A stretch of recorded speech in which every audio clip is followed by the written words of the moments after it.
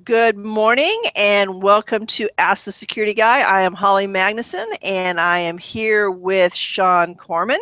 Good morning. And good morning, Sean. It's good to be back. It's been a while. It has been. Glad to have you back. Yeah, it's good to be back. And we're going to talk about a topic near and dear to your heart and many of us, and that's identity theft. Because it's something that happens to too many people, and we're going to talk about that. Before I hand it over to you to start talking about that, Sean, as a reminder, if you're watching this, you probably see in the lower left-hand corner on the YouTube a link that says join the conversation. So if you have a question for Sean about what he's talking about, you can click on that link, join the conversation, and that'll take you to the Q&A app where you can type a question, and either throughout the presentation or at the end, we'll ask Sean these tough questions. So Sean, I'm going to throw it over to you and to talk about the IRS breach.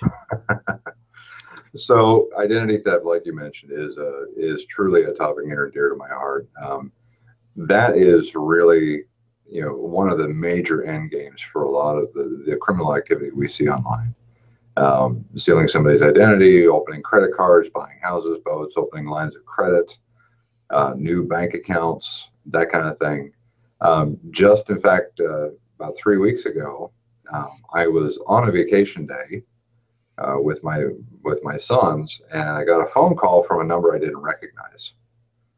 So I let it go to voicemail, and it said it was from my bank, and they were calling me about a fraud alert and blah blah blah blah blah.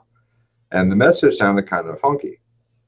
So I checked on my phone. I have a banking app with my bank, and I checked that, and all of a sudden I noticed I had a new checking account with a negative $800,000 balance. Wow. So now I know good and well that I did not buy a yacht, even though thoughts, But anyway, didn't buy a yacht. So I called the number that I knew from my bank and talked to them about it. And they told me, yes, in fact, they had tried contacting me that morning and verified that the message that had been left was from them. And then we went through a series of steps to verify what had happened, what they said. And what had happened was they noticed the account getting created. It was created online, just an empty checking account. Somebody had gotten some of my information, enough to open the account, but they were in Davis, California. So, red flag right there. So, I worked with the folks at the bank. They were great. Put in a series of additional security controls to prevent that from happening. And then I followed my own steps, the ones I have published on security.ap.edu for, a compromised, a stolen identity. Because for them to have enough information to open a checking account means that they had, technically my identity has been stolen. And like I've mentioned before, for everyone, it's not a matter of if, it's when. Your data lives online in places you can't control. And one of the things we're going to talk about today is our dearly beloved Internal Revenue Service. Before we dig into that, though, I wanted to go over some statistics. Last year, in 2015, hacking incidents, and those are instances where a criminal actively broke into the electronic services of an organization, has reached a 9-year high of 37.9% of all recorded incidents. Okay. So that is a jump of 8.4% over 2014. So we're seeing a sharp increase in that type of cybercrime. Now, what's interesting was the second biggest was the employee error negligence category was at 14.9%, which is more than double of what was reported in 2012. So we're seeing a sharp increase in the employee negligence category as well. What that means was a simple human error, somebody made a mistake, transmitted a file they shouldn't have transmitted via email. Basic things that you would not think would cause a breach have caused numerous breaches. Now, And are we that number talking? is, go ahead. Oh, I'm sorry, Sean. Are we talking what employees? Are we talking bank employees, credit card employees? Who's the employees? This is general. So Okay. this is just any employee worldwide. Doesn't matter, industry, rank, anything. This is just employee error. So it could be a C-level person who sent an email with a confidential file that wasn't encrypted. That would qualify as employee error or negligence. Down to, any line level staff person doing the same thing. So from a categorization standpoint, we don't care what level of the organization they're in. It's the type of action that was taken that led to the breach is what we're looking at. So another little tidbit, the number of breaches involving Social Security numbers in 2015 totaled 338. Now that's a modest increase of 1.8% over the 325 reported in 2014. However, this involved 164 million records worldwide. So just to give some context around this, that's 164 million just in that category involving Social Security numbers. Wow. Now, when we say worldwide, that's because SSNs can exist in systems outside the U.S., even though their its primary use is within the U.S. Right? There are other identifiers for international entities. So really, what you could say is that's 164 million U.S. identities. So just take a second to process that.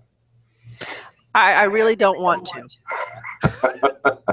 That's the reason it's so cheap to buy an identity, right? Well, to borrow a line from a movie, the odds are not in your favor. So that leads me to the IRS.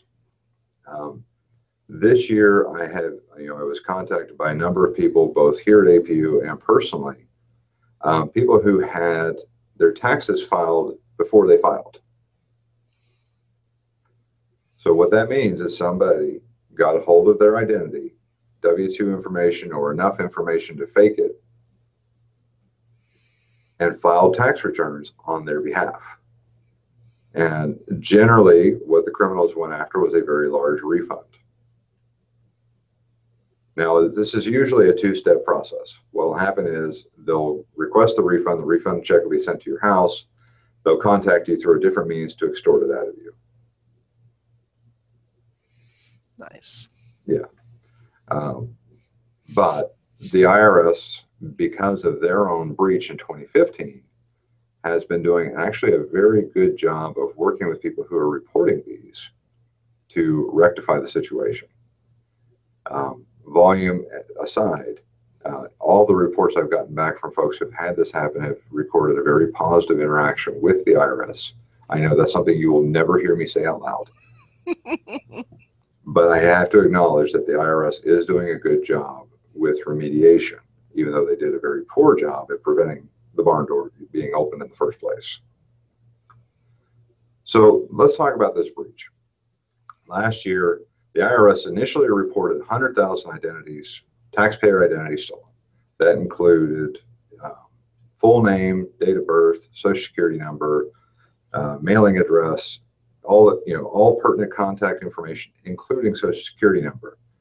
And it opened access to they had a tool going then that they've since shut down that allowed a criminal, if they had that information, to go line by line and get all of your financial information that you were reporting. So anything that you reported to the IRS was available to the crooks, period. So if we look at it in context of total U.S. population and 100,000 people, it's actually not bad. It's kind of a drop in the bucket. Well, then a few months later, it went to 334,000. And then a few months after that, it went to 700,000. So at this point, it's really safe to say we don't know how big this breach is still. They're under investigation. It was interesting. there's a quote by the IRS Inspector General who says, computer security has been problematic for the IRS since 1997. You know, if you remember what computing was like in 1997, that's a pretty profound statement. Because the difference in technology between then and now is significant. And, you know, for the IRS Inspector General to go forward and make that statement is pretty telling, because this organization is one of the biggest repositories of that, your everything about you, plus your financials, period. Run by the lowest bidder. So, you know, if you're a victim of, especially one of the tax fraud events, follow the steps on our stolen identity page on security.ap.edu. The FTC also has an outstanding website now. If you just search identity theft FTC, their page is really, really well done. I went ahead and, you know, I filed a police report. I filed with the FTC and went through all the steps there. And like I said, followed my own instructions. But it's the process for dealing with a stolen identity has gotten so much better than it used to be. And we have, you know, continually kept up the steps on security.ap.edu on how to deal with it once it's happened. So is it going to be a little intrusive? Yeah, it's going to took me maybe 2 hours tops to go through all the things I need to go through. You know, but I also signed up for LifeLock while I was at it. You know, I've mentioned that on the show. Now I'm a customer. So, you know, for $10 a month, why not? You know, am I overly concerned? Not really. Because, you know, again, you've taken all the reasonable steps. Now, to circle back, you know, when we talk about prevention, how do you stop this from happening? Well, the first thing is to obviously you want to consider how many places does your information exist that you know about. Because at the end of the day, they are the custodians of your data. The IRS is one of the biggest. You have very little, if not any, control over how they store your data. Just is what it is. Doctor's office, dentist's office are my favorite targets. The healthcare industry was actually it was the second largest breach platform in 2015. The second largest source of compromised identities. So, you know, as we go through this, you know, what are some steps we can do? Well, one of the biggest ones is still put a freeze on your credit. That's a proactive step. Now, it wouldn't have stopped a new account creation like was in my case, but it would stop anybody trying to open a credit card, take a bank loan, buy a house. So any of those significant problems that can be very hard to undo and can take a while, a credit freeze will just stop it flat out from even starting. So there are steps you can take. Another thing, and I know we beat this horse to death, Holly, is make sure that you're using individual passwords on all your different accounts and use a password manager to keep it all straight. But your personal email account is your single most important account, because that's where all the password resets are going to go. That's where a lot of the personal information can be found about you if somebody were to compromise that account. All they have to do is read. You know, and your social media accounts, and what I found is people who use 1Password for a lot of different services have them all linked together anyway. Mm-hmm. So if somebody wants to do research on you, spend the whole 5 minutes, they could probably answer most security questions about you. Which leads us to another oldie but goodie, Holly, and I know this is your favorite. is with security answers, use fake answers. Fake answers works great. Record it, obviously, somewhere safe. But use In my fake LastPass answers. account. Yep. I know people that do that per account. They have, different fake answers per account. That's a great way to go. I started doing that, but then it can get confusing at times. I mean, they're all laid out and everything. So yeah, but I've done that. I've got some different, answers for different sites. Great. So, just to close with, if identity theft happens, there are steps you can take pretty quickly to really shut it down and move on with life. It doesn't have to be the end of the world. Now, depending on the type of theft, if somebody was successful in filing a return with the IRS, that could take some time to undo. But again, the IRS is actually doing a very good job this year of dealing with those incidents. Again, but also having a police report filed, big deal. Because that way, if you have to provide that report number for any services, having it just makes everything simpler. In my police department, I submitted the whole thing online. Wow, I didn't realize you could do that. That's nice. Yeah. It's so common for them that they have an online tool to do it. Which is really kind of sad, though. Yeah. Well, I know we had an employee here at the university several years ago. She was the victim of identity theft, and it was an absolute nightmare for her. So it's nice to hear that our is catching up the process and start helping clean up faster, because for her it was just an absolute nightmare. And it can be, but generally speaking, it's gotten a lot better than it used to be. So, but yeah, no, I thought our viewers would probably get a kick out of knowing that my stuff actually got compromised as well. So my guess is I was probably part of the IRS breach. Chances are, because you always practice good habits, so that as you said, it's not if but when. Right. But because there's so much of it out of our control. Yep. I mean, but when you think about the sheer number of places where your data exists, it's pretty staggering, and it doesn't provide comfort. Yeah, no, I probably won't sleep again tonight. If you have a question for Sean regarding the IRS breach, or ideas, questions you have for him, you can go ahead. As I said, if you're watching on YouTube, you would just click the join the conversation link in the lower left hand corner, and it should pop you into the Q&A app. So question, Sean, while we wait for some hopefully other questions, is my mom recently passed away, and what is the process for when someone passes, and if you want to put a credit freeze on their accounts and on their social security number? Now it varies per organization, but generally you're going to need a death certificate, and you'll have to provide that to the bureaus, the 3 credit bureaus. But we have the steps published up on security.ap.edu for handling deceased family members. So it's a pretty straightforward process as long as you have the death certificate.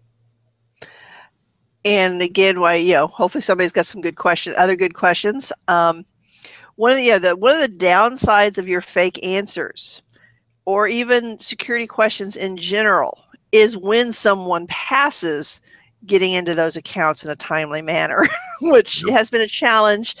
Most of them I was into before she passed, but there were a couple that were like, okay, how are we going to get there? Yeah. Yeah. And in your particular case, that was a tough challenge because you didn't have all the information to get into some of those accounts, which, that makes even things like power of attorney and those legal considerations even more challenging in an already stressful situation. Well, I'm not seeing any questions pop up, so I'm thinking that we're good here. Any final thoughts, Sean, as far as dealing with your identity and becoming you again?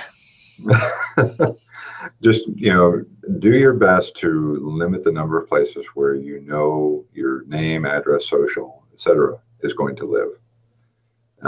It's harder and harder these days, but at least if you know where they are, you stand a slightly better chance of being able to deal with it, and also pay attention. Set up the banks have, banks and credit cards primarily have great tools, add-on security tools for your account data and all that other stuff.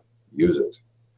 They have two-factor. They have text messaging for different types of account changes.